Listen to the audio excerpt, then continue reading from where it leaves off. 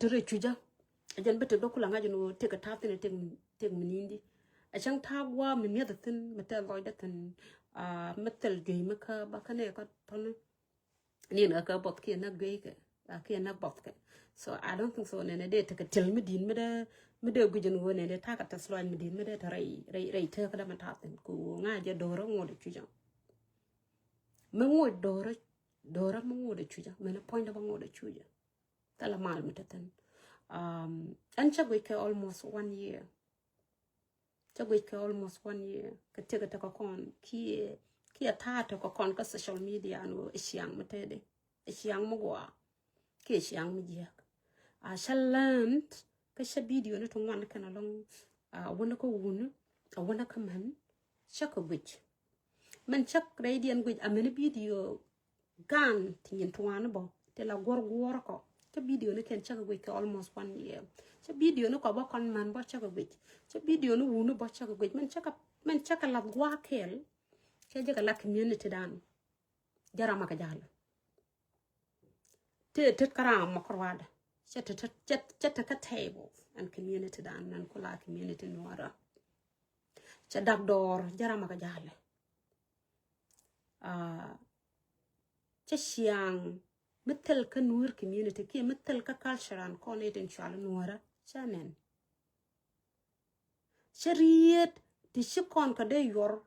ka tegan kula shinga kon ki chiangan kwa kon ngi ka kon nuara chakalim ala community dan chawagwa kamen chawagwa ka teludo ananga ne ka gatin nin twani amene ne tendit aluwo shi kontrich kala teg nuara gwaye pit kontin ke gwaye da pa kontin to kon ke reach to kon ku wo anga me e rida but and culture chi konutin ki tegan chi konutin she culture ka wani she yor chi teg nuara me nga je she yor chi kwed me ditetin chi telu me ditetin la rama to la ja neni barama di ba kwet a gaknene kala rama di la ja nene brodo yor bagan ma tod ba kwet kon bu kon lele di mi ci kon telut la dor ke lu mi ci telut kala community mi ti chunga lo mi ci telut ko lu de janan kuy la gang lu de janan kuy la nyodan go jinga lu ba janan kwai la lot ne to ko ken ga ja kala lu ba janan kwa gur kana mor kwa kala lot ka je ko lu dan kam ne to ko ken meteli lut ateli lut point de pani gujiro jinga gujiro do jinga meteli lut mala peg de riet brama tot be rien me bum me ci gata tot de me lap be joran a wakne be poiran warap ka brama di be riet mi ci rama di de lat ke ku dit ka de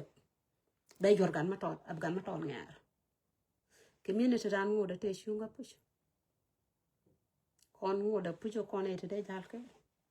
kon ngoda puj ko kon ete de romo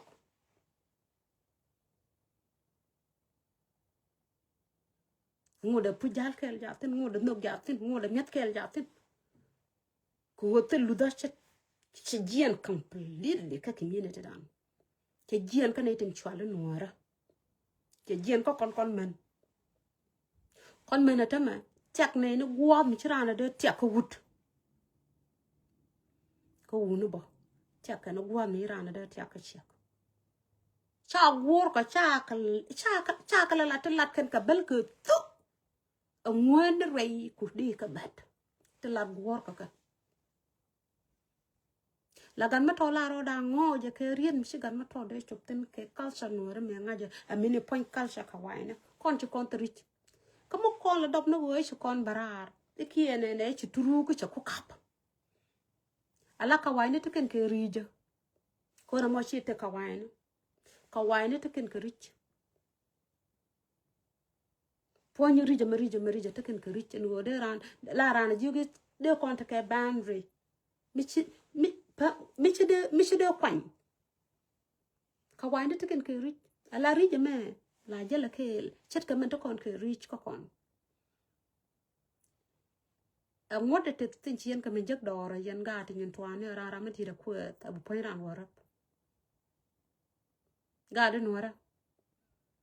đến nuara ăn bả lì long nhon mà khăn lòi đã shakalan nuar khăn lòi đã shakalan nuar để pir jur bat ko lòi đã chân luôn cái gear ngo để gear ko lòi đã nuar and I lot all the time lo aram and racist ka jormo da dien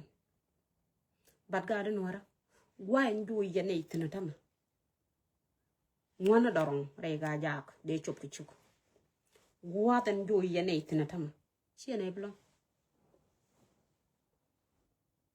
ngwana kwai lol to hanu no ba chop ki chuk doban ku yene chwai ke je tama chi ting mo go an che jok like 4 years ago che jok la kon nye man kun tin chwale nye nuara mi chi din lera ka community al anga de lera kum anga de buara kum chi kan yen gan mana ko ana lat 4 years ago riet mi sheje na mo ko cho wo mi she ne ku gujin wo shine ku tine kwa ler kaye ara ma de lera kum daranga dera we jor mo dadian ke dera nuaran kwa yela da ke el ko yeli chen ke te de mama male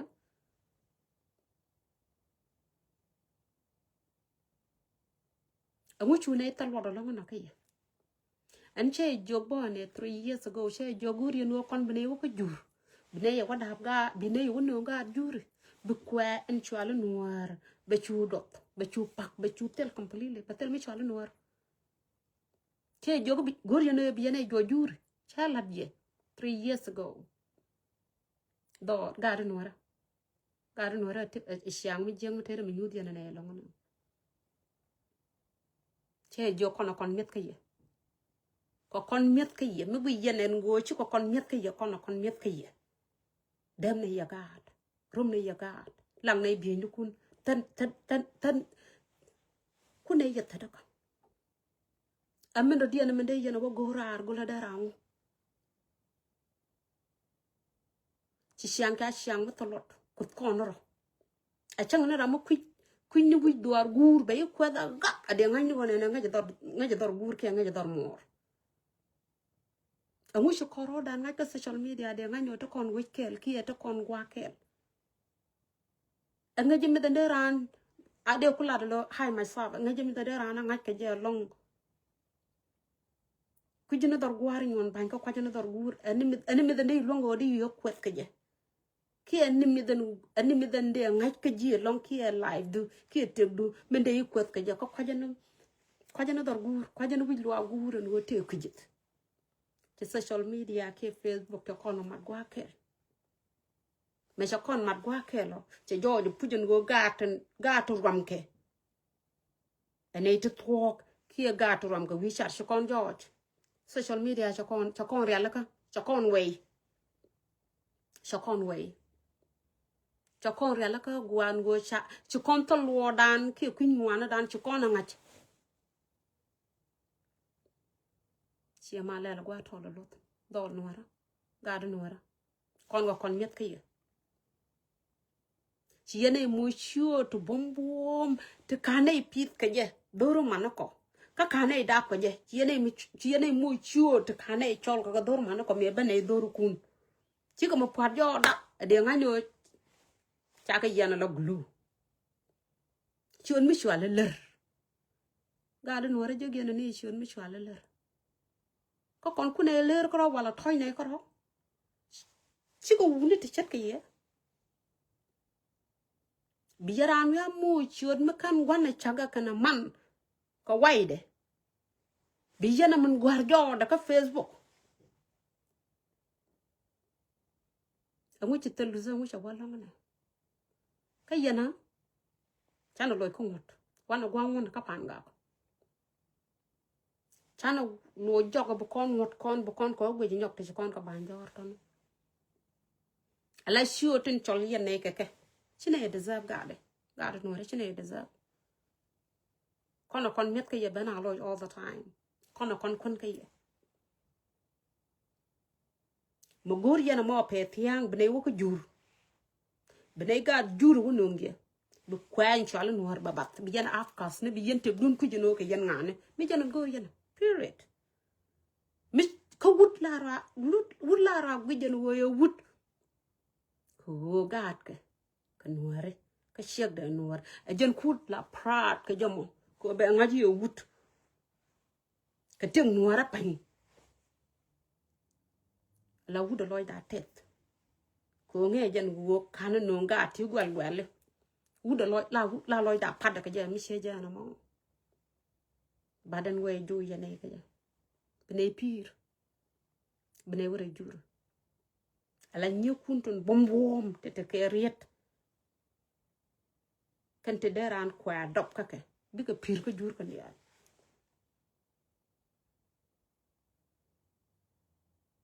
bongo tu dun te te mo ne ko jur bongo da lu wo ko wone ka jur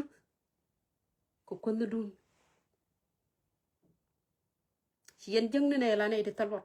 la wona yare kaka chere ta rana wore kaka ba wotol ka ran da pe do ran ci jut yo mi ce ñwe yo mi ce jeg bel be yor pin ba ran do dien be wo ñoko tolu ñok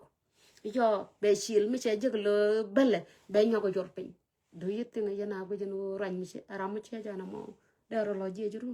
ke cenga jaranya la wi re kaka bi wotol la lo jo gwa de rum kamu ko nay bal to dun a wushi na gor ka way me de ne liam ga jam lu wo wudun bene a ngay gwa ko jene wudun bene a ngay gwa la yen lera ten ke ler mu ko yele la non ko ne tan yen ne akan yen ne ta dam ne ga ta la gari ne ga la wadam la ka la kamiye akan ga tan ku yerom di le lok akan ga tan ku yela nang no be toni yen ka nyidi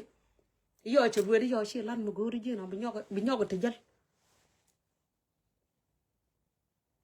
elerin chukula mo dap jo da ta mala kwet kan ji ga kan me no gad mi kun ni dor gur no ni wi lo gur bo che de le me le je ne ke ni wi kal wari ngon ban chira mo de me le da be ne re yete ka bra ra na ku da ga kan ka ta ba ko ko la ro ne kun ngani te ka western world men western world kan ci je ton kon dia la ci kon pan e check kon dia ci kon tel ma de la ra ma me guaya yene de ta Africa yene te ke culture mo ngod yene ngo guru yene ba de kan yene tin ci batre culture ba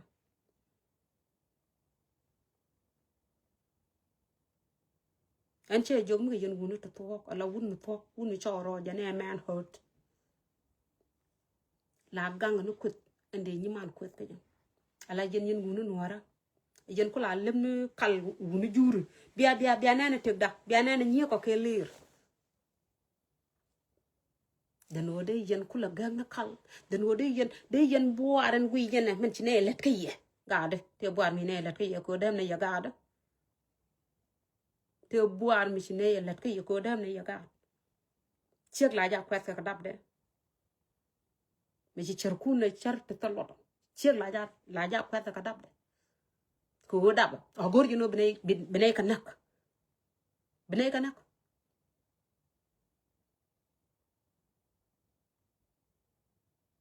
te chem la kwet ka dab de de yene ko mo chio te tel te kan kam na yo gona ko kana manako bi yen ko mo par joda e shion mi shala ler no ngene ne ka yen ga de nora no ngene ne ka te karama da ba ka ti ma ka telu kwan ka bu jiro pu jo jin wut ko wone no ro de chadap ka bi la wa shala ler karaman toy araman kula toy ke jibe la wa chole ler ka jan kuile nong ler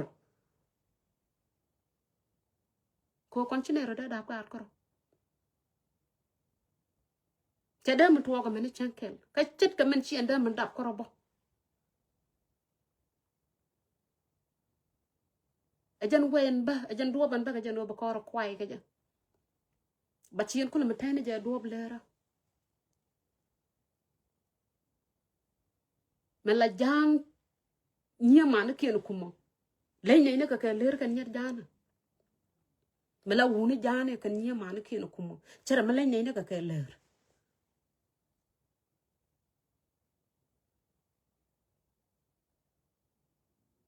angu yana ngar ka meduno wun wara ngula ngara ka medamo ngula ngara ka tigdamo ngula ngara ka men kuro la ngake je ni wut re wun angu yana ngar ka medun ga jamo kachu dor mo rian changar ka medda pan kun yen wunu wara ngula ngar ka yek mit kun ngula ngar ka yek ko kwanta go ti chum to dun ka le ran ro daga jam ala kwaitin bum tin guyen ka nyen wara na ma mission bi nyuten ask yen war kniende ka mission bi nyuten ala wunu nora bi nyidetan bom tin guyen ka ala kwaito bom te derana gujin go derana kwen bi ko jur wa ben bi ko jur bi ko jur ka shian jiek a shiena nyomei ka telu ta shiena nyomei ala wut ke lew ajara man kablut ko wide ke chiang te ka man ko tan chiang nora ala wut ajan raman kablut ko wide bat ga de chien pan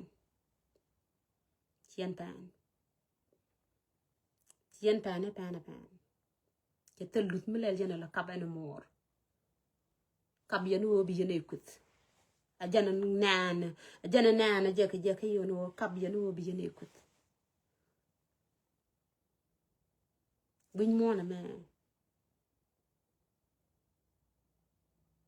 gwaran ko te ga daman win mona me lot karan ko te ga daman mi chung gode win mona me ngak ke ji ko ti ga damor la tedun chu kan yen la point da no bi yen kum na ten de yen nong boar no de yen kum ko wut ke le jala dor kum wut ke le bo a jalla lut akabo dem check bat ga de kon par ala nan nyon ram kaga dor mi dit donga rudu na go yene tan wanan go gwar e gwan kur mi dit de yene go ba men e kon ga nyuna dong de ne jikur no ala dora tele kur mi teten dora cha na doiten dora la kan ro roch na ka man ko tala ram doy ka baba ra cha na ma go bana doch baga doy chingi randu dor la kan e jakor roch mi yana gujen kur te rar ga jam e to ga dara tele ja e chieng mi changa ka roch e chieng mi jal ka roch e chieng mo mat ka roch kane nge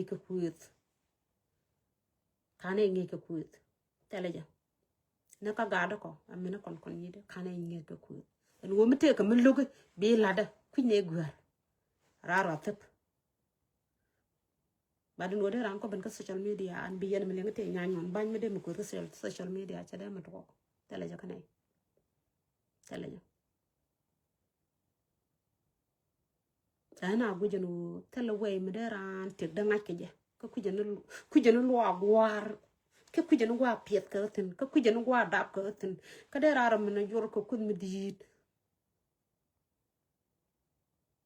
mi shirana da mi lon klat shagwa chana lut gor gwa to lutun amene kon man chinetel lut ko raman cha kula kam nei man kule le gwi ni jama kula kuara man kula wut Japan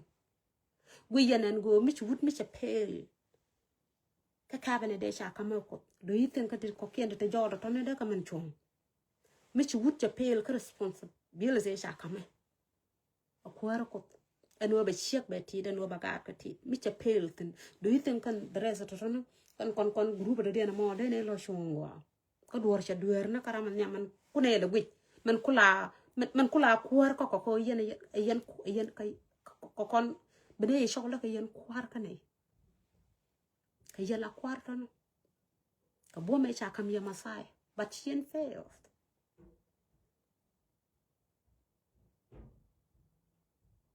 Chien fail. Yen guni. Completely. Chien fail responsibility. Esha kam ye a Messiah. And will be an egg with be an guard kunti, be an ship, be ship no. And while it's men kun no ganka, chien come up, jen queen call a shawl lir, a like shake a little mum gate, shawl lir, but mission not be shawl lir. A general kuyan a much you to shake and a tonner. The cane dapka manako, ka cane pizka, brand can be social media shall carana lir.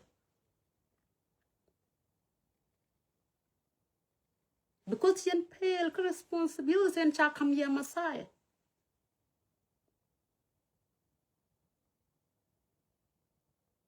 Chet kamen chen yuon na kaye American konkone itine gwe yana de na michu tina ida lon ko chum ko kontala na bom cha kam na Messiah a chang man nei bom dat tina tama ko shien pale jen che kure lo take over ka jen tal bom cha kam na Messiah ala shike liu te pinuda even myself na jen wata pinuda a chang cha gwar ka gwar manindi a chang cha gwar cha le nyamanu wut ngoda belen ka ngai ngwana da men cha kama ko ngoda beta pin huda no matter what a chang beta nyal ngoda tapin dun tala gwa botan ngoda tapin huda whether sha gwar de whether sha ngwa de ngoda danyawa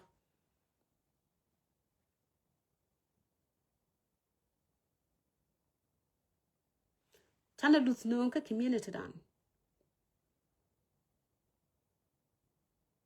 kon bu kon kwen ne ganan nyon ta ka nya ka tidit mo kor wo dot chun ka Facebook batal mar ka jana nuore ja kula ganga no bulut beto wana ko ba mar kula ramtin mi ci lut jien tala mar anta ga nyiri dit te ba kwen yom bu chanya da dong jan mi nya do kwen tumora ba na ko da na man tuda attackna beto ko kwen beto shi mo gana mo kon shana shiang ende woko kon ki shiang ete kon wal shiang ete ka wan mandon kon shiang ete ka wan kon shiang ete ka man kon chana jinyok mi chi kon bai kon do me ki ko ri je me chana ro le mir gwe ko ran bo mi chi bat ko do chi shwa woni jintin for real no bi shu woni jin rai do bo mo ka ngi shi bat ta le ko ne nyuri be ta do bo den bi le nyawo gwe the same thing mi chi kon bat ke culture chana nyur jin ra nyok rodo anan nyon har ana right kroda burro gwich tek do no weede gade nora kon net kaye bine yada kat bine nyot win mo no bine ngaje no ko yen ngune ko wula ranga je wut ko shadap wut me kana dap is nothing she wut a lut alun jogo nyok alun ka community dana nyok lut gwa cha wut na shana jawo gor a lut alun jogo chana shen ko lut kon nyidi chana shen ko lut bo ci te lutum di cha jojo no ko kon wun gwa mi cha wuda ko kon wo kon ko ngot te la ngot masai te la jakana mo ka meno ngot no arabo te la jano de wut de kwet gwa mi cha da kwet wut akwar wut akwar ko chicken responsibility chicken maloko that's why chiti dial chika chaka kajwap ko en leader mi jeng na karaman bodna to ko kiana to ne akana talot ka chicken tek chicken da mu long no de kan chu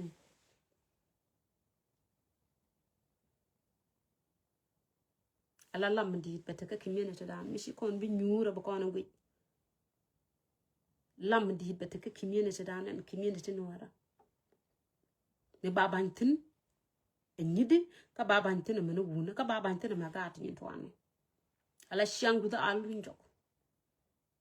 and I let it all the time and then you na me more you willing tomorrow ba life ba life better cocaine to chodian de mulot bakala che jogo lugo che jogo lugo mago ba lugo puch ka comment kuntin ku rana wich ka Facebook around wala corner ku ena be chop loide mi melu no kut ki mi chelu no kut siang karo da tol siang karo da tol ko kon completely karo da tol no dol ko karo da tol ne ka kwar community ka karo da tol bo ne ko kon generation da dia na me karo da tol ba mani kan group da dia ni chapal tek karo da tol allo shara mi chete no kon ko ta kon ko ngang koro nyir koro bang na de na ram nyir wi kal mi chale Facebook chere wi kal ku irano dor gwaran ke dor maran de na ram nyir bang ne ti cha pit kel ka sharom kel ne ti jel kel ka chito kel de koro den mi nyir for no reason what for kana ranga jira ite kan go ne ti la kuet ka ne ti chi pit kel ne ti chi mit kel ne ti chi to kel bi ka chenken bi kan ko la ngach bi ka tek den bi kan ko la ngach kon tek dan la ngach di ka pit kon gon ti go ani me de rana quadrano la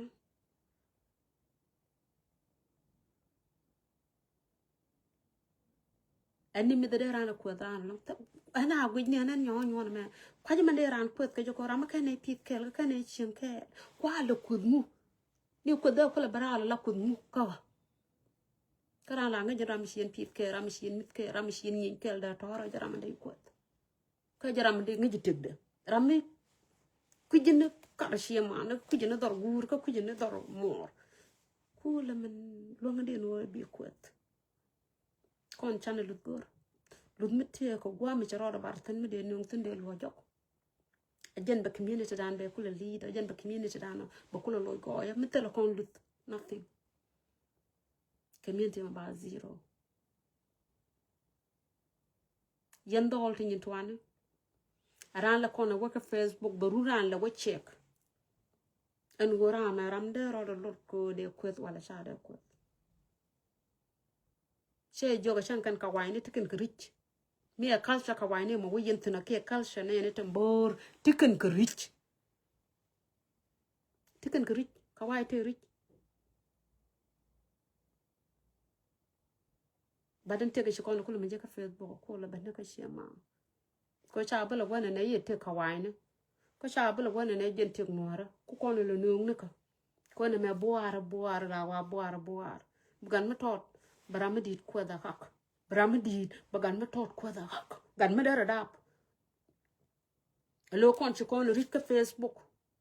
ku ko run kono lo ci run kon dial par te dap ke 2000 ku ke 87 te dap ke te dam ne ke 206 ne ku ne ke ten daba ke 76 ni kwes kan ka ten daba ke 2001 lo ci kontri win ci kontri nore ci kontal gwa ma de ngak la chongtin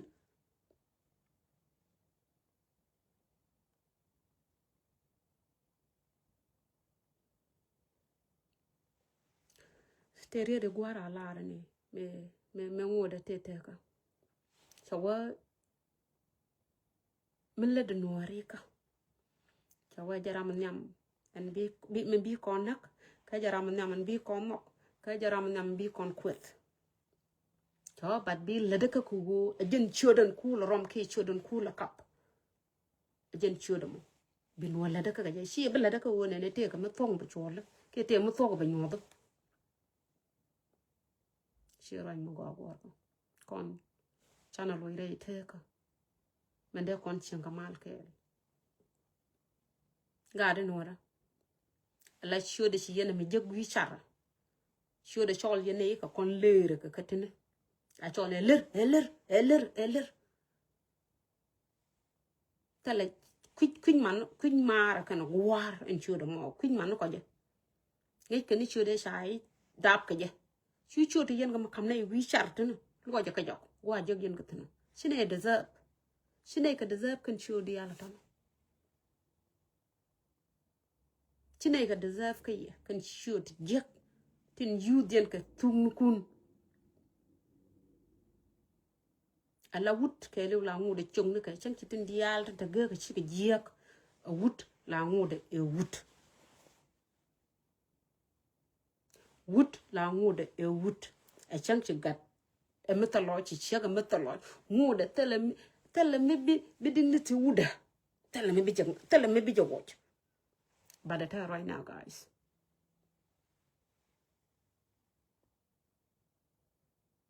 Yen anita. Yen anika. Ko kan ku ti kon chop ten gade. Chi ko to go. Ku ti kon chop ten. Ku ti kon chop ten menu ku ti nei chop ten kon nyidi.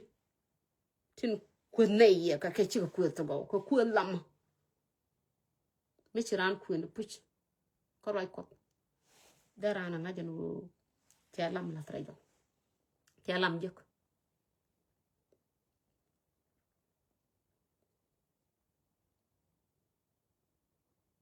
Darana ngajan wo she lam jek. Ne to wana kana jogo nyon no guje ke glasses ne. A wan gan ka janon raj janon te live guje a wan gan ka. A milla da janana me. Yana fi jino ngu guje ka ne. But kan ye malalode no ngu guje ka ne. A wude ko ne ni nyet kada.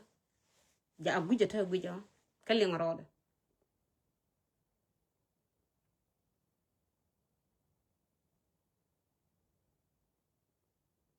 Ejene gunyo dong lo la men guje ka glasses ne kaje. Ke men guje ka ne kaje ya balang chi balang. Riek mi shejo. Ni menana ba man to one life bekan tege tranten brana malat ni an makan ko da ger e to bom de kala dalo ko sherit ka kataron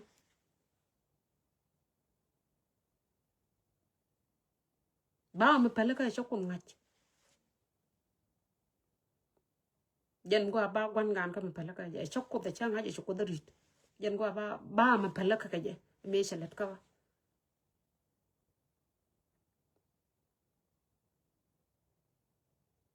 ala kon miet ka je mi yana gwijen go ko kone te talot shat ka wen chi yene gwijen go ko kone te talot lad yen lera ler mu ku yene lo kam ne yen ku yene la point da yen bi yene malat lo cho kula tool ka ye chen wood da banana ko la da we nyungu mu ya ler bo wood da nen ka bo wood ba lot en wote dore ka guja gat ke jen wood na mo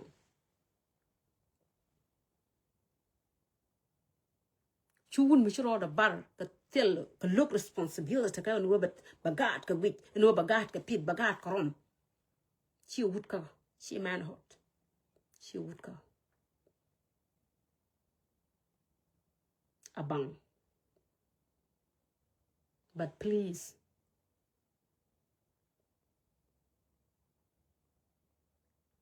yen ka yela tik. Mishi yen ngach mi yer hago jero yen ide talot. Ti yen ka bom dit ka ti yen ka power dit. Me te ka ye mi sha biro re dun ke mi sha lat point dun ko. Mishi yen ngach.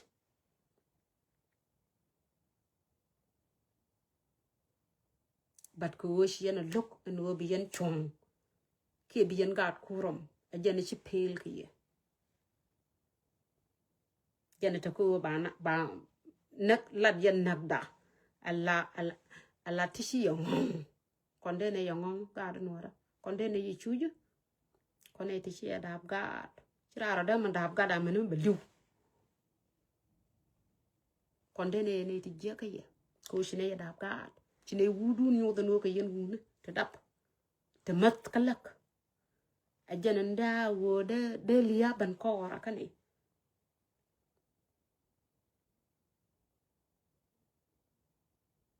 Ko shine buarun shine kum. Ko buaru de la kum ka wo mi chawune ngo cha dap. cha buar ku budukum bad gun makana dap buar la te tina mani shankar buar buda la kum ke wo mi cha ko la dap chat ka man dap yen konde ne jia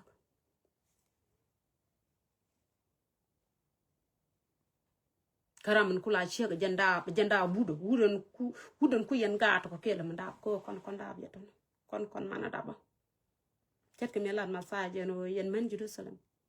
chwara wiye ka kwida para ka kwirun gan kwi kan ko ngi jiz jete mi di de bene mi jak pat kana ngach ngwe kana jo ko yen wuni ne ti yen gwan nak Jesus ngwe kana jo yen wuni wiye ko kwi chwara wiye kwi da wiye ko kwi man kun kana ga kun ko ngi yo no bien pale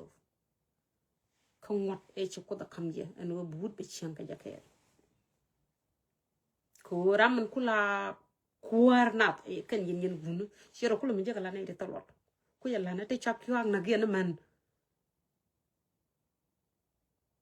ko shien pel ko ngote cha kam ya masaya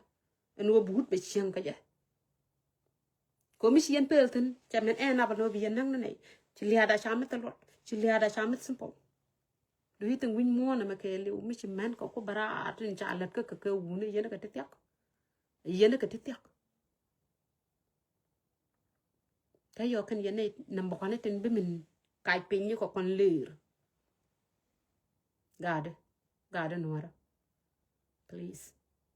channel loy ka tek e cha kam na kon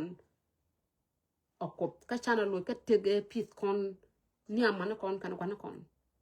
tek ludo eno nyana bo mi chi chan bo chi lo gor la ja lu dor chi man ko chi ne je wat char de je ne wat char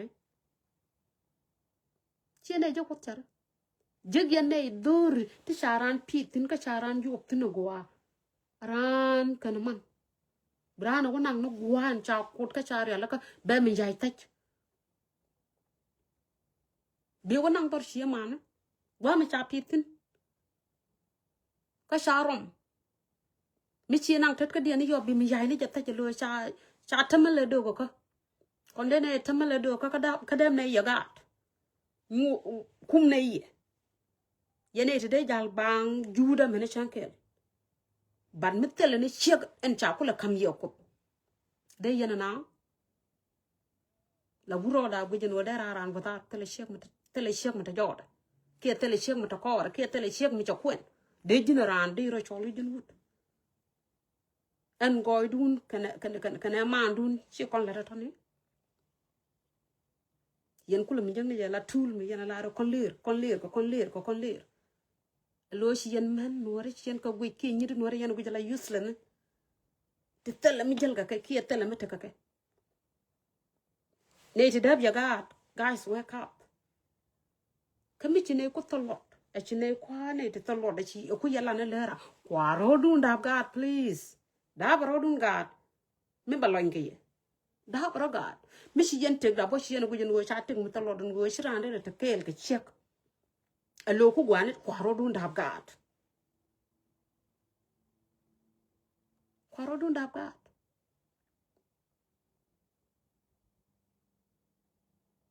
e chang bi ne gwen ngwala tele ne lus ke ye e te ke shi yen nyu ne shiang shi yen nyu ne ngone ne bi yen nang ne bi yen ne ka doch bi yen ne abraun mun e shiang shi yen nyu ne kate ke lo mi cha bag ki shiang ke lo mi cha ran tholu responsibility in go bel ran alat shi me de ran la wonang ran tana ran cholu le ronja ran alat ana bu jan nyo na men wut a che tolen me kwala chaka je ko ki me ko dala mo jon go ne be ku jogo jene ne chaka na ga tik wi mon me che jigan wo cha tol asan wut de saranda de la na de la shek da mata ne ke le jo yi te ka tol ala muksule me cha kama jizu ta cha go cha haj mi te mi chan balong de ran walor even loy ko badara te ko je ko dala ro la to ja galor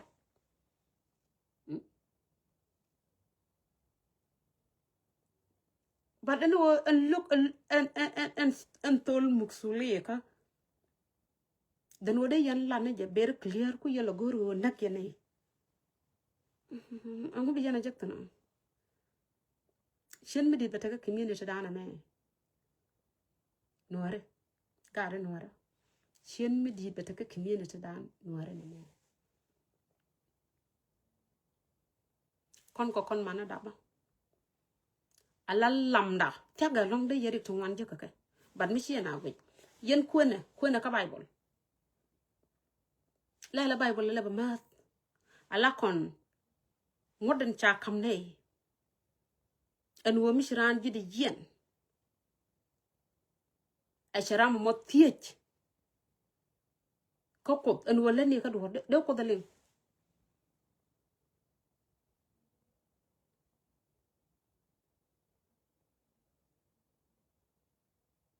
de ko dalin taga long no de yen rek wal jek taga o no de yen rek wal jek ko dalin ne ga ku da ba me cha kam ne ka ku da ba me cha kam ne jalin ko ne ke je please lo ni jok ka tege cha kam ye lo ni jok ko kuare cha kam ye okut lo ni jok ka gate cha ye promise ka a masaya no biyen ga tit kan chek lo ni jok raidien chada kon man chine rada madap ga da man chankel ka shi yen rada madap ga da man chankel chana loy ka cabinet de cha kam kono kut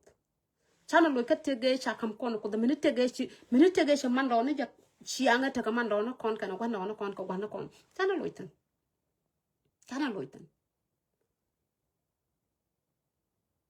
la wut ke le wajan la ludo kabo yo mi shek mi cheriet ko shek la waje la ti dia la de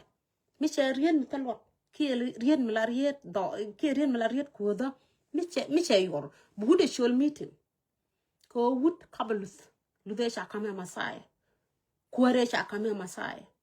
ba ci wuda mu kwen pen ci yena mu kwen pen yo wakka kwaka dial jel yen bangan wala ga tet kun ci yen won masai te cha kamye ray kaka iden bo me cha kamye long e cha kamye ci yena yor pen yo wak jel yen tam ka tet kun bang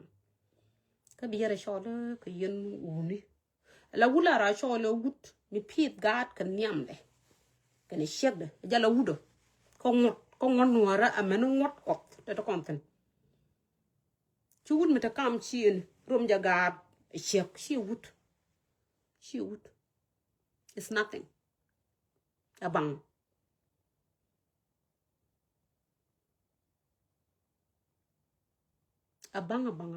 she wut riede mi we kon nyide ala te ludo men ci kono nyot gade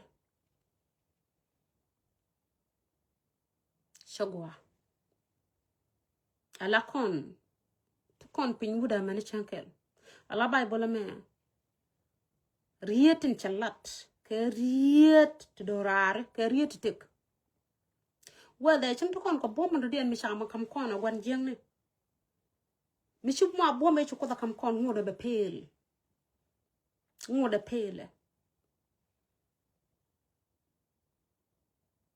ngode pele chang to kon ka pel ki bom ndo den mi chukwan jeng ne jamla widan en wo do wuna te pin dan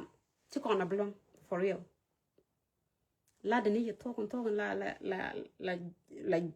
la nyido la to wan chika monten chikon na blom ala bom e chuko da kam gade mi chukon na gojen ta chika me pel chet ka men chika pel ku kon la take over de ko kula te pin dan de kon kula te nyal ka wen gor ko na menan bo chukon na blom gade chikon na blom nyide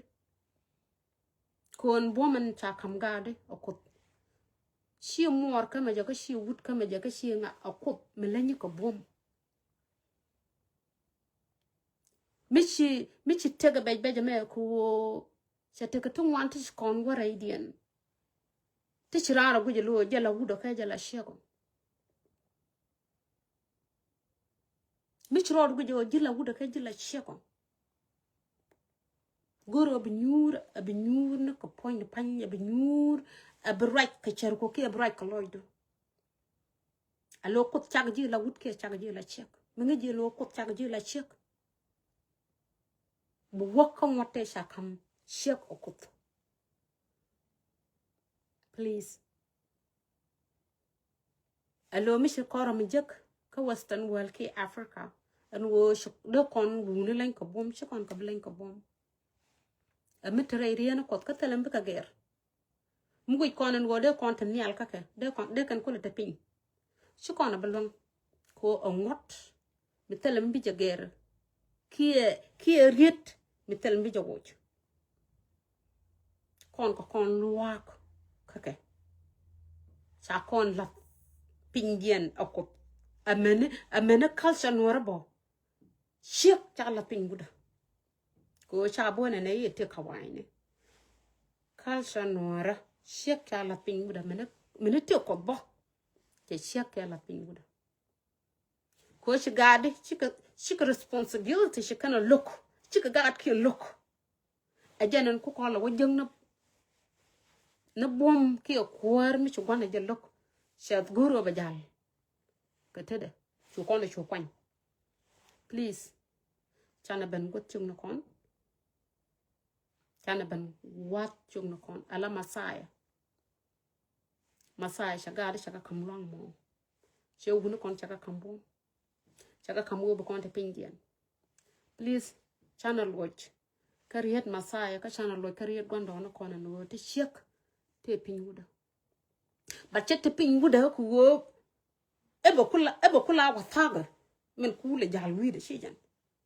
te pinguda ko aluak bi chalat ko ruda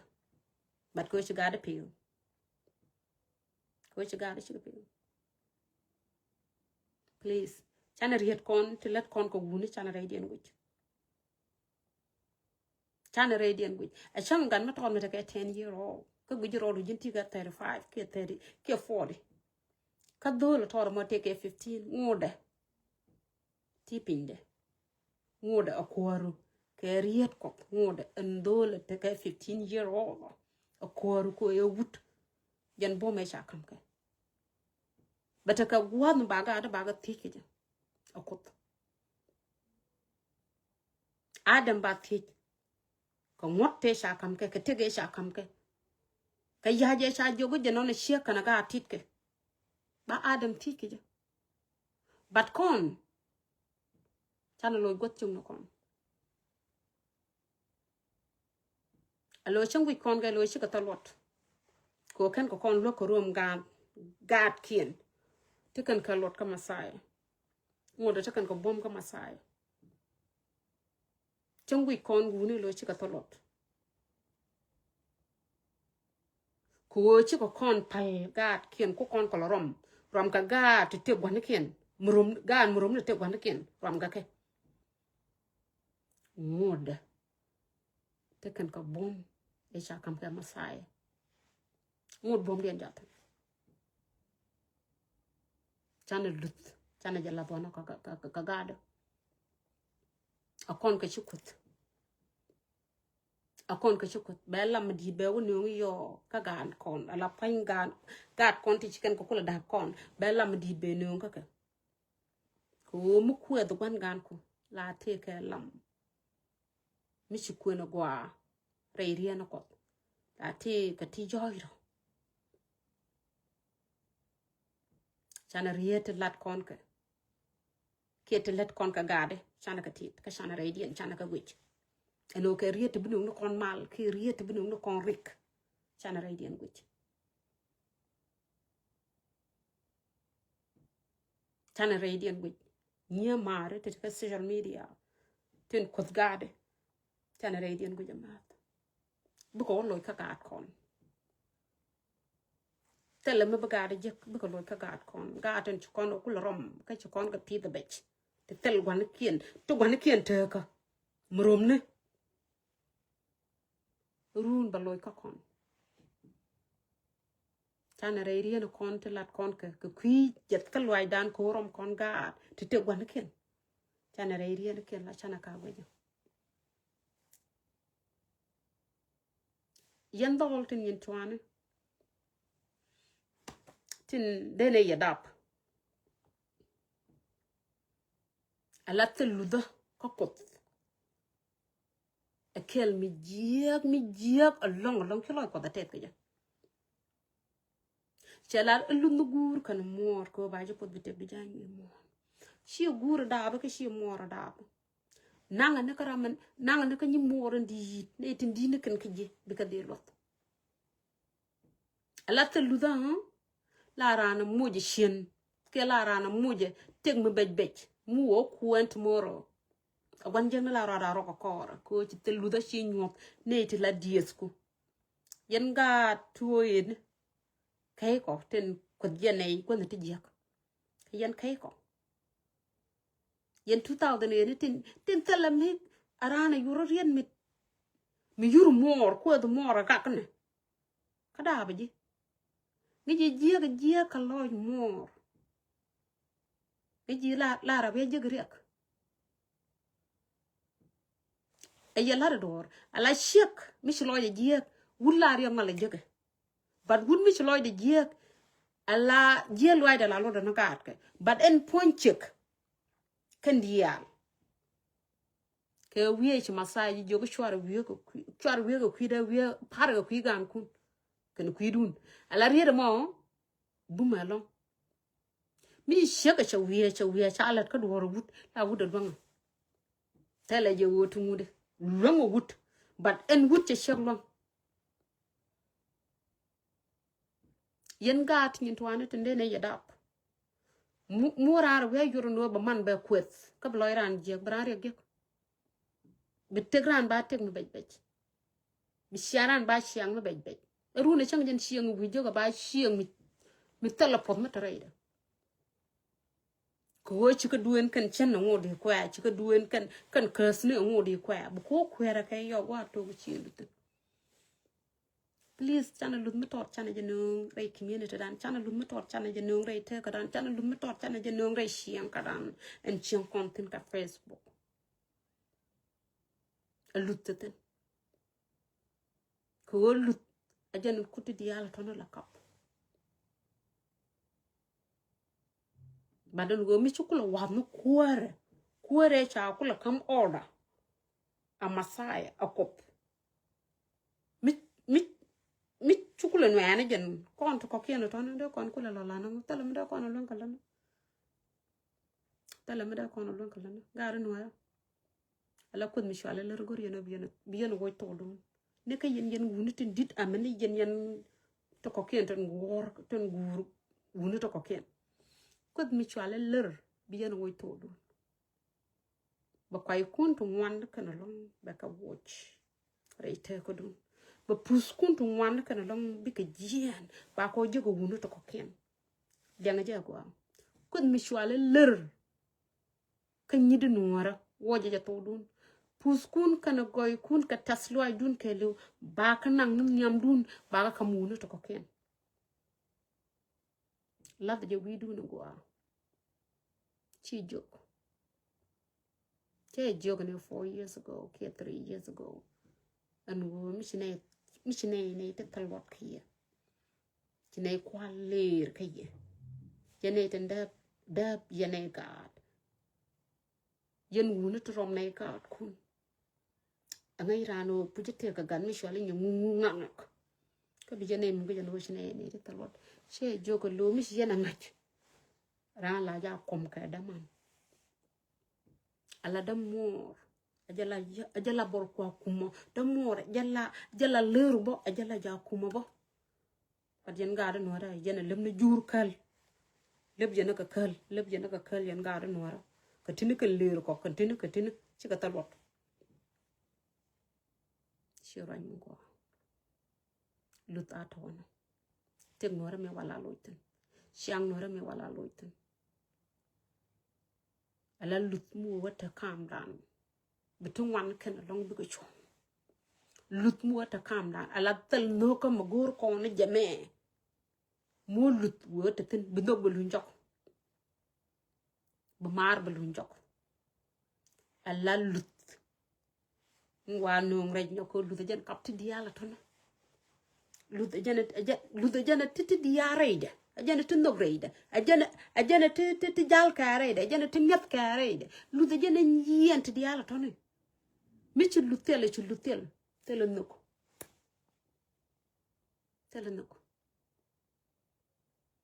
community dan chitini jiektan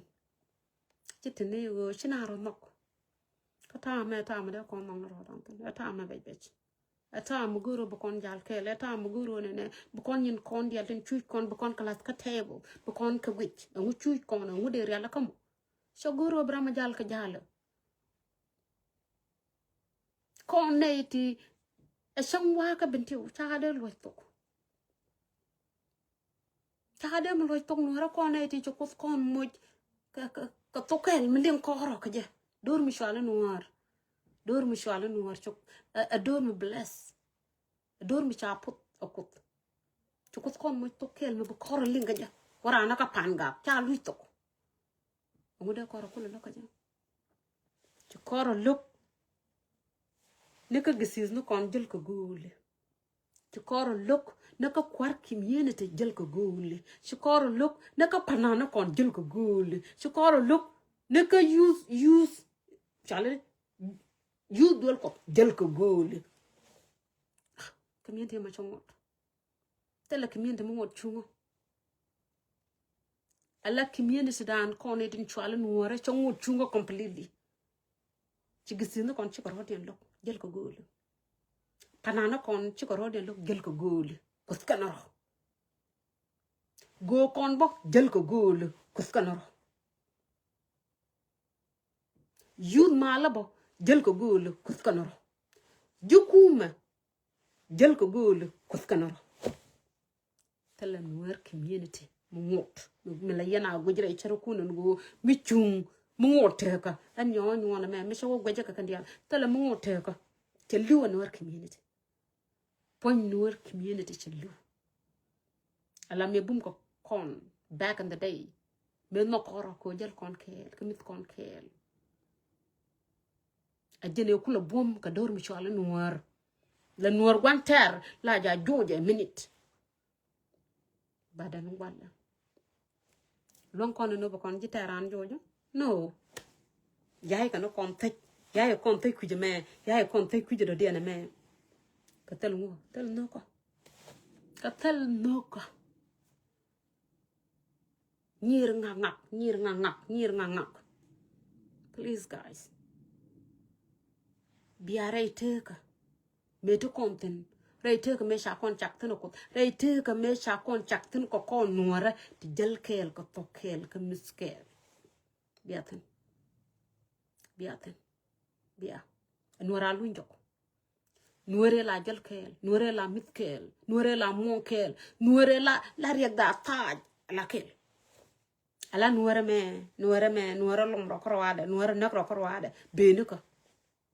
benuka nuore lok do mor lok ni mor anga bi chongo do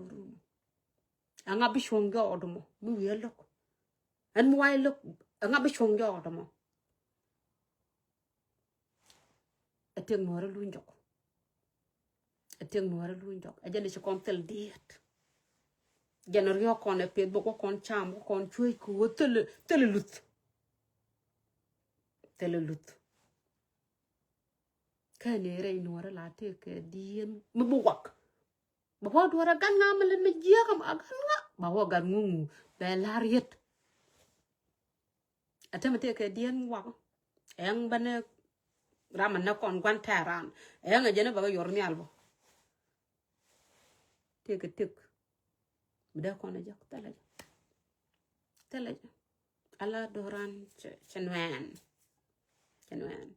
mi chenwan dol kot ro dang dol kot ro da ko gu te kula jal kel bu ko nyede wuch ci ko rodien dak ci ko rodien nok ken gisine ten kula pal en wo mete del kel mi ci bat ba no ngre deut chứ có rõ điện đạc chứ có rõ điện nó cần quát community miจะta quan ter me ba bu quát community bi ko nyur kel ba dol ba go jino quan ter ma de joy ra de chứ có rõ điện đạc chứ có rõ điện yin kan ko rõ điện ta la mo go Facebook barama ko loy de be malan men gora ko wote lo kon diet mlaro gan ngu ngaga men lede ma jega ko ta freedom me a freedom wan jeng and freedom ta tan e dum wan jeng e dum wan jeng a freedom man ta kon tan shi dum ko ta la mal ma ta tan ta la goy ma ta tan so anyway sharwa jalong but jogo ni ya gada nuara nong na ya love you so much. We love you so much, guys. But có con miết cái gì? Chua ra này nó có con miết cái gì? Bên đây đã học cả to go. Brana ngaji wood. Mình là wood mình chụp có thể chắc. Bên đây biển nó cool là cái bên đây tao quan. Cái bran cool của mình chắc là cái pap có con miết cái gì? Chua ra miết dun chua ra gì yak. Chua ra gì cầm jur. Miết dun chua ra gì cầm jur. Chua ra miết dun chua ra gì cầm jur. Jen kula tegduno ka jen ba yo kula ngich ko bre ya dab ka tla nuore pure nuor ko gula loy da pade nu gat ke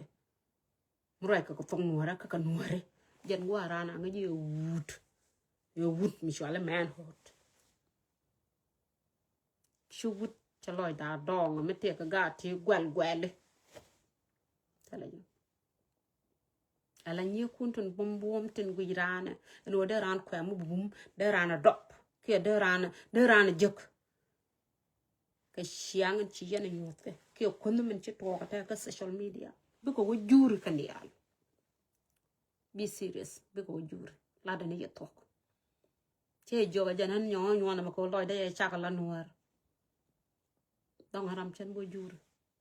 ko na gujen wo kur yo mu wo ban de tarangal wel kujum ay ngi jon wut min la wut jura mi kor nuara ben ka ne kien de dara nang re kul ajan nyon ci bo juru bat ken nyiratan bum tan gojatin chat kaga ci loy di tuk mi wo juru yo mi ci wo juru bi jen ci wo juru bi yero no nga te gwel Brady ante nyam ne Brady ante mulle ne Brady ante ko ngu Brady ante ko ngu tong nuara ma bejien tong nuara bejien gad nyal la buma lo anga jene tok chi na rada ana tai chi na da nga jen nyapan ga ko de yen nga no an ga juk ko ra ja ko to ga juk so ko an gad nyal la buma ta ra ko tok je kan kina ande mga je tan Japan ga again the same thing bide no ga te gwel yen ta den ma par ko wud je ramala dong wich ala cheka dong wich unless mi cha kwen do mo ke mi cha kwen re no ra jen ba dong tun but runie to wan che kana dong wich bine wo dong ko to ko ken biero ko lo no gwel kun bi ko tong nuara ko par wuj bi yen ta do ko par ko ken yene ko lo do mun bi yen ko lo gun mi ko yen wuna wut mu rai ga da ko tong mu do di ne ci ma fo gon rai ka ye brara ko lo gun mi wut ke shi wut yen gwa brara ngata bi aka tige ci ko di latan bi aka muksule me ci ko to kam ye ta lo lu gen dor kun ko lug muksule ka ajan ran jen ajan ko yer wana way ka jen lug muksule ka alug muksule ka ajan ko yer wana way ajan ko yen ngoy ni ko chokunda raw so ka mi jini ci lantet ka chekke ci yen ci lantet ka da kan yen lantet ka Jesus ko lug muksule ka kan yen lantet ka Jesus by yet do it one by one can unit in responsibility you can look to run away by you do it Jesus lana do it Jesus la na duwe je be duwe kala de sha kam ye ka ngo de sha kam ye ka shi yana tol shi yan lo ko mi je pin tine shu jeng mi shi yana ko pin tine shu lat wi da tine shu gu no de yen te pin da ka shi yana chine ere mo lo even yo ho nyo na me an point na pa nya ne to wana wi je no ne de wut te pin da wa da chang de lat ka ko bom da ke le ngo de da la je a chang la de ja ko bom da ke pa wa da ngo da wut le nya ko bom a gen we yana wi ki je ala bom me cha kam ko bom me cha kam yo ko chana dem longo chuba ka wa da chang ba malaran wala cha mata ka top ko chien fail ko responsibility and me cha ko la te ko dun ngoda chan gwa wuda bi chuba ka me chanke be serious chana la to chan gwa wuda bi chuba ka amene chanke ngoda ala wut bette pinde no matter what bette pinde bette pin wuda yang ta ka bom nindi yang ta ka pa mandite yang ta ka yo to wan chang ta yang hanya je bon ko bombo ko bom ko bo ngoda lenya ga ko ngotte cha yan pin ka chala ko ngot ko tele magero ko tele mbro do wan ngoda aran la sha ran ngu tege chu ko da kama ke tege chu ko da shol ki ngode chu ko da kamera ka hiden januko gadi an chane balalong chane balalong chane balalong long kon man balani yelong ko tiyen ko bom diin meta kay ku yenen gode yene youth de chien bom chien chu luang pin ne ko goide yene ko pin chine lo jek ko chi yana la pin chine jek chine la duida chi chu duida ma wala long ne bne kam jikin ko chine jek bang chine jek te pin long ne cha kami masai jin wut bo me cha kami masai eno bne te pin du chi ko pin chi yor pin chine chu ban kon man chine me jek chine la duida ta watet anyway chi loy da cha te chana lut nung ka community dan chana ranok nubba nuka lunjok jal kel nora a lunjok met dan kel a lunjok maran mar ka lunjok ko mar shaka dak mar shaka dak ka to ko brama mit ka to mara lunjok ko mala lunjok ko mina ka to kel ala ka wani chikan mar ko kaneti pit trama ka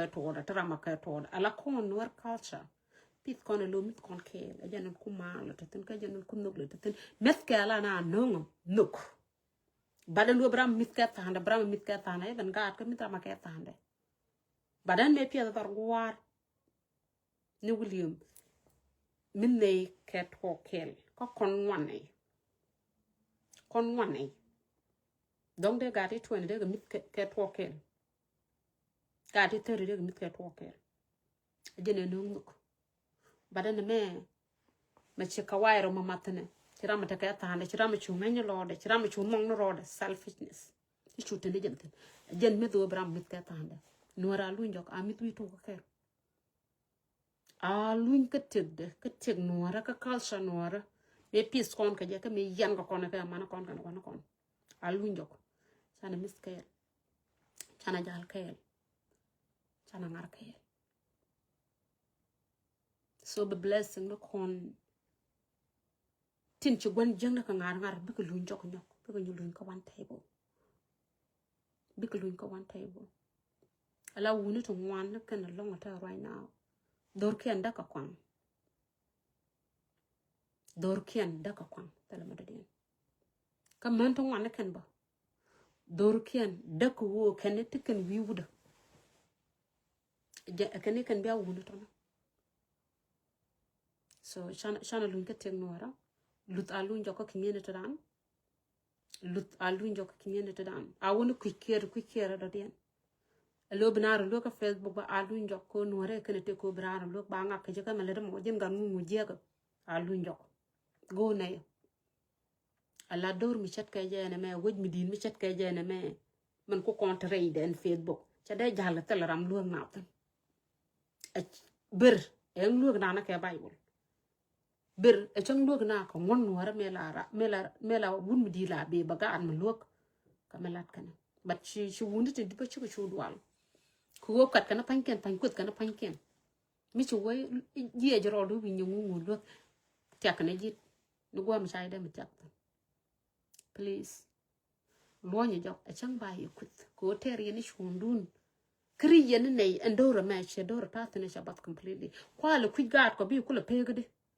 kone da ba ka afrika kone te tere culture ga te tere teka te tere luda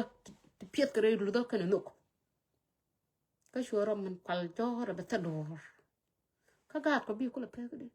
mi ci te ku le bay ni ko kone de cha dwat amana ko kana gwana ko ba gat ko ku le pegde mi ci te man ta lot cha te ku da community dan ba te ko kuot community dan ba kono chu kuot community dan ba kono ya ka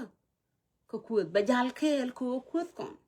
ci community dan cha ba jal kel ko kuot kon community dan cha ba jal kel ko da koro community dan cha ba jal kel ko lo koro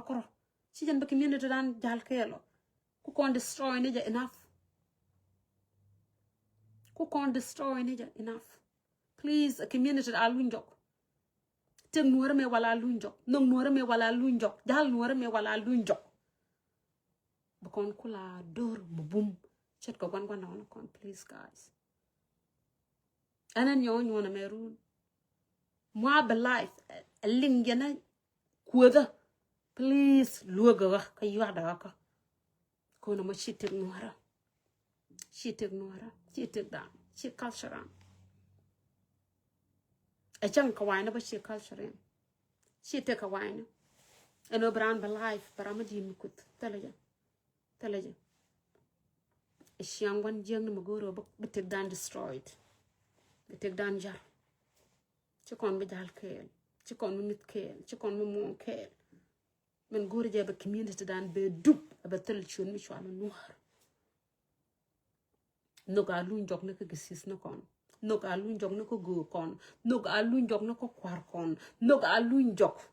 ni ko use te njel andok lu njok amene mana kon amene gwan kon andok lu njok amene kon ga nok mana ko kan gwan ko lu njok andok lu njok chana jahal kel nuare chana jahal kel mi teke mi jiak mi ci wuda lat chwara ja support ga mare la fok bu tok ja lor ka mi teke mi jiak mi shagala chine be support ni bine la dore mi teke mi ci wuda lat bok kaye mi jiak la da ja dore chwara support na ja jana bu community dan ba gwa ka ja ko mo jana support na ja ma gwa chal e mi jiak cha la da cha gwa run ram den bro la nyoko jeji nyoko cha wut cha de mi lek ko mi ci shek da nak cha wut cha de mi lek ni ko mi ci shek da sha dak shi jan ka ti jiak ka ti tere chicken tere shianka mala re shianka dan ko ne din chala na af teleja please we love you so much yen gadis la gaden wara nyo da ne nuk bine ya kam nuk michne jiak community kie neiden kie reidun chne jiak reidun komne ko yen ke yen gel kako komne ko rala ja kum daman ka rala ja real daman ka komne ajen the same thing ba michu boarun chago bine kum kone telaman michi talodun chne nen o chane ne juro ko ken biner yalla kan wo ke yen wunu to tok te ne chiang chwara lebu on koro do nora gar nora chwara darun chwara je lebu on koro gwe ki ye jurtu wana long gwe ki e jurtu wan ko ma darun nyok gela la da kan lu nyok kalen ci pe ala sikra nu kuna kata dorum kalan chitte ki yen guna la da nyok ko ma je kono kon met ka kon duel kay a kon met dun kon met kay reality ka reality ka ko tek mo yene real ka yene den kula te wida kuna ile te pindun kon groupe de yana me bitek ro mo lot ko tek chari la ka ramen kula bod men kula kuar men kwala kam everything's okot ebetit mela wut roda me wut e shar ka wara be gujen bo me cha kam okot win mo na me cha kam e dundu tele shek me cha kam kuar win mo na me tele shek me cha kam kana kam nei cha kam ye kan te diale te wi mon linken ye American yen me pel ray kuar du ne sha kam ye ko de ko ngon me sha wala de rara gong mi ran chol ko shien pel ray kuar du ne jen chine ro gong chen chu wura chen chu wudi chol ta mala ka jine je ka jindi dor ngon la demo ko shien pel ka me sha kam ye ko shien pel ka me de ne yo gong tan mila wudo wudu la be char ka war kia bu kwen ka bible de rana ngajen pek en pek bu maman chaka ma ko da pek ninde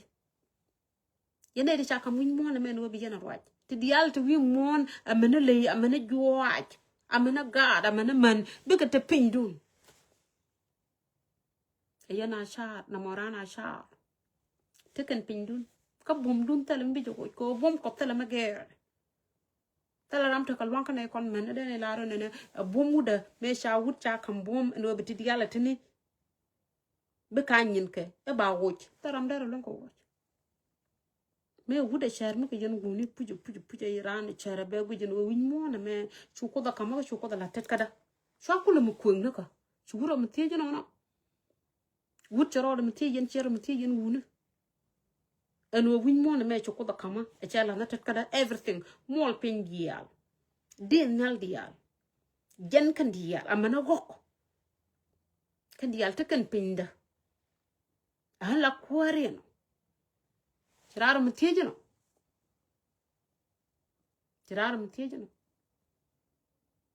guys lonya ka tege sha kam yakot kana bom e sha kam ye aloy tet kadun tala ko kay loy ki ko wosh yen ka nyin ko dial sien ka yar tinten loy ko ka sien ka yar ko sien tiedien mon tol no bi yen tiedien wala wi mon yen cholo ke leur yen cholo ke ne di jak yen cholo akanaka a changa jan point adam kay kaka iden me ci dor me ci ben shu la maro da kor shigde ne if ke yen mundu tete da kan ngai te do jam me ran cham kan shek talaje they really love adam me shanga jan go ci shigde she dor ka cha ko kuman ko do ya ga jog do jam mo chwara jogor ko chu chego go goro pujun go ne be dil met mini me chego ne tala waya wat chamana ro da kor chego ko ma ko chek chala wala nyuko e kula kam chek chala wala nyuko ko nok chek chala na ko na me cha kon laro kon di alko wona shadem ata yen adam ne tene da right now an yo no me da ja da chamata men ni wo de ran re ge da de chak taten chira ndo ngone ka wo so shi yen korun shi yen ko penye chek loje ka tege ci ko de laten loje ka shi ane ci ko ta kam loje ko ngot ko loje ka te guda me shi al wud tana take different loje ka te actual wood not wunu te nong na liya da tin wunu te kula yare meddi antene shi kan adam kana medda yare ka iden adam mechi medda mechi odwer shu manaro da kamen chi medda sham shu kana sham ke ajen no gorwela no me but you know cái chuyện shin no please guys lot nya man kun lot man kun kama ka guardian the man ba ke ye lot as chat ko bo me cha kam ye akot bi ka te pindu nong ne e banan yo ngona me so da ba te pindu mu we yen ka we mu go we yen gwar mar ba te pindu we da shan ka gwar de we da shan wa ngai de shan ta bom de ba te pindu ban mok che buk li yen ka we mu ga ka jana ba te pindu ba te wi da ma chan ka ba te wi da mi sha be yen ka we ko ba te wi da ma chan ka wallahi niya bete wida ma chanke mu yen ka way ko so bete pinde bad mu yen ko e jene te ko boma te ko longa te de betongo tul bete wida ane shloide jete yene tin chi pus ni chicken ka read wala chicken ko kwen brano kwen rana ga a chang mi china chang mi telo kudreide a ka chang mi tala ga reide mi mong na ka je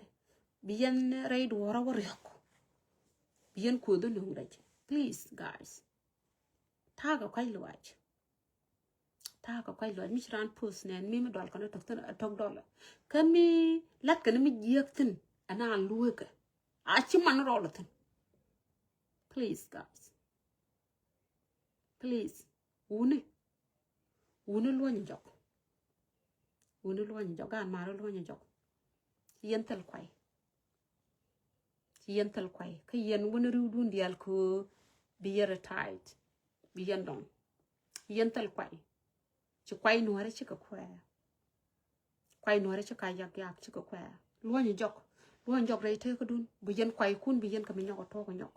bi man kun bi ka dap bi nye kun bi ka dap ka ye benuar beloiten yental kwai gor kwai kun ngel ci ko jur nye kun ngel ci ko jur yental kwai to la kwai nora te tel bel ci wala nor belan pan teleje te tel belen ci wala nor teleje ta roy na ma to kon roja e beluna lo joko kwai kun ko lu joko kwai kun tilaga nora ko lu joko a bill shall no please I beg you guys na me balo chop point do an yo tomorrow ayana lar yen nore nyala tale wich ke check tale wich but yen wunitin ngay yen wo ke yen jowich loñe joko loñe re wi dun da ba kwai kun ala kwai nora tibilla ni yeka ka biga ye nyop no ka yen ngame please changman kuno go lo da ka bne ye kam lut ko masai cho ba ya gonga men cha ye gon ka je ko shien pel responsibility and there ana la asut shien pel tane jane chine ye gonga je mo yeno lo ka tege cho masai ja kamye kore ci masaja kamya bome ci masaja kamye bine yegun mo yen bu lo katege sha kamye kore cha kamye no bine te pindun bine yegun please guys chana ta kamal chana yen kamal an ma kamal lo an chan mal ma ko bantar bat ka doro ma kamal lo aram la nong mal ram la nong ni doal jene yana ne ta dol dial tin to ana to kon e kan fan leel ke turu ne ka bi ke video ne be kan kale yes no mo jaga lo jen ka tes jaga ko be ka te ka ngune be de ka followers ne to ko ken so me kamaran me tes ka lo iran e janan gor ko da ka janan gor tege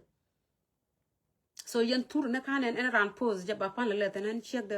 ngude you know ba do ala le len ban ka dolan ka support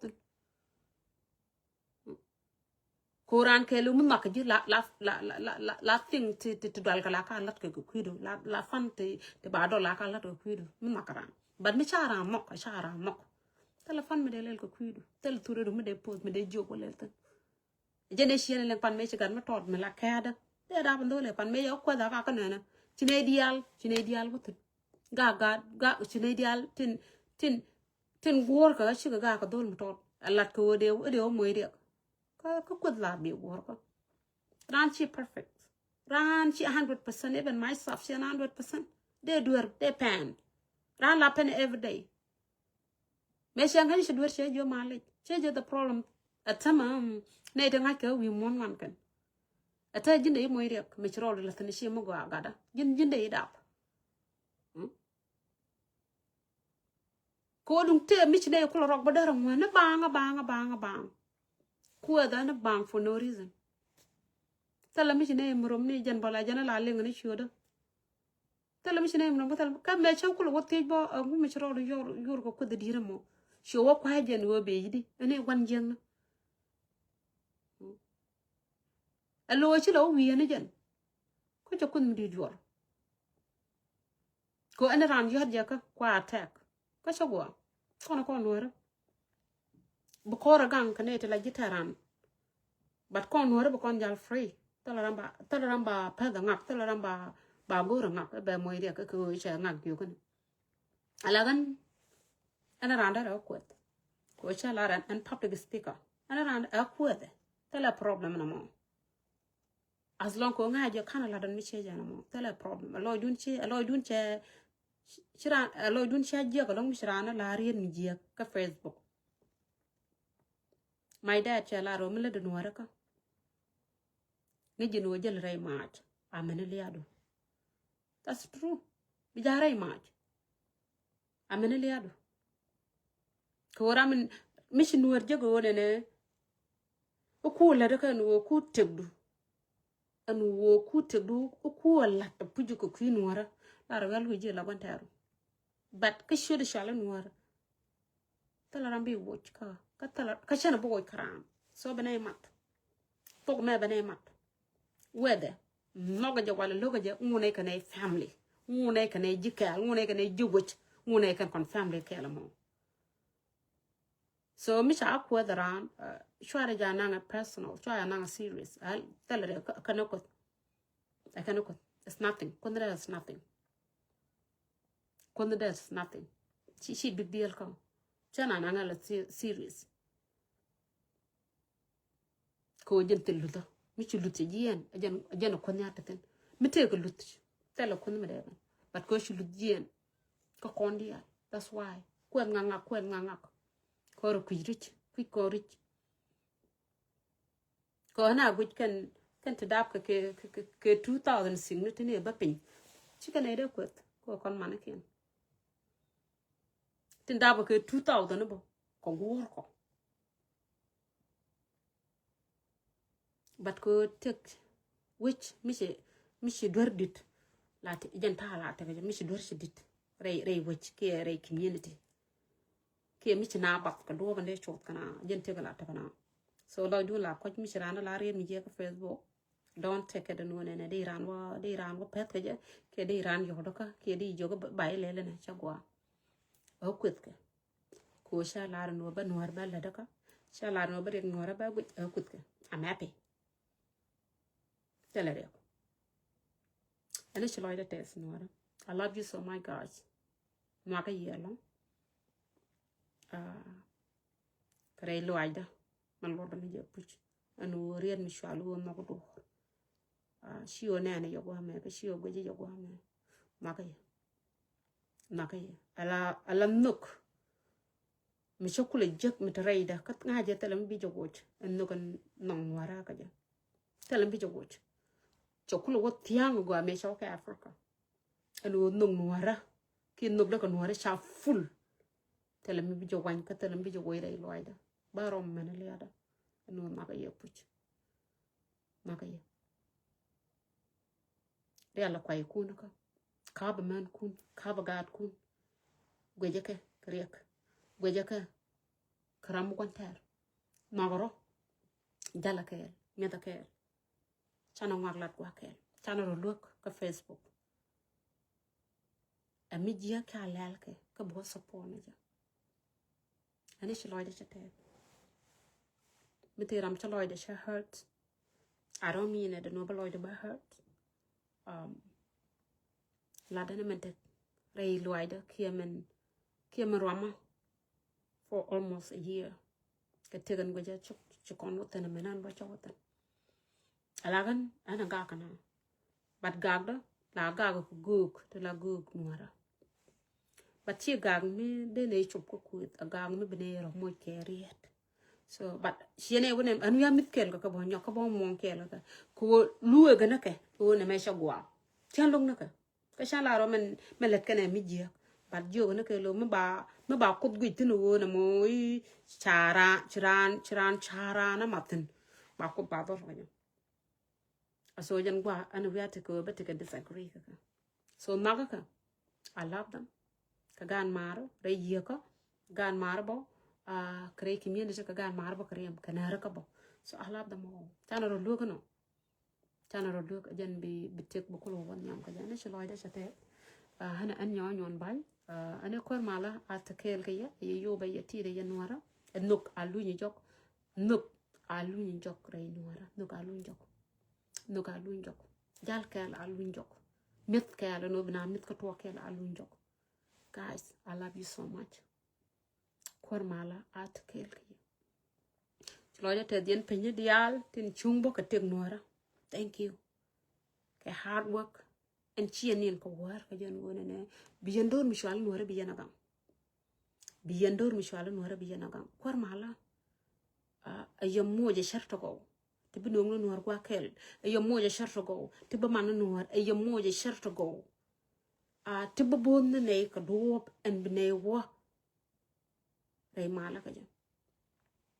chloide tes ki yen penye dial ran wa amene gambela contemporary issues amene nas de le kan dial penye dial tin go yire nuar la retien I love you so much guys bu gwaben I remember I had to get feeling one day one time bugwaben